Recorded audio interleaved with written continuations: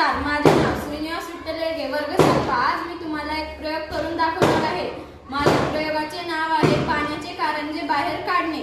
तर त्यासाठी साहित्य: एका बाटलीमध्ये अर्धा ग्लास पाणी घ्यायचं व एक प्लास्टिकची पुंगी घ्यायचं आणि एक फुगा घ्यायचं. मग नंतर प्लास्टिकच्या बाटलीला सुराख पाडायचं. मग कांडी बाटलीच्या आत घालायची.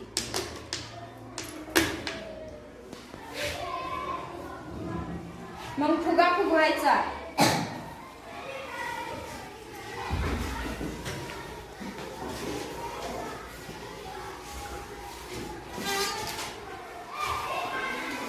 फुगा फुगवल्यानंतर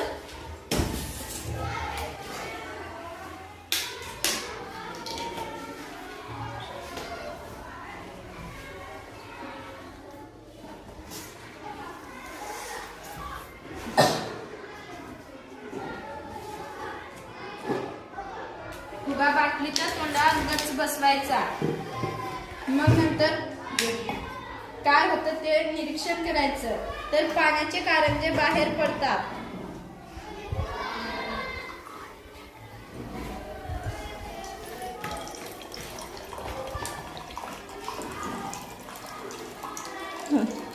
हे सर्व कशामुळे होतं ते म्हणजे वातावरणातील हवेचा दाब बाटलीतल्या पाण्यावर होतो.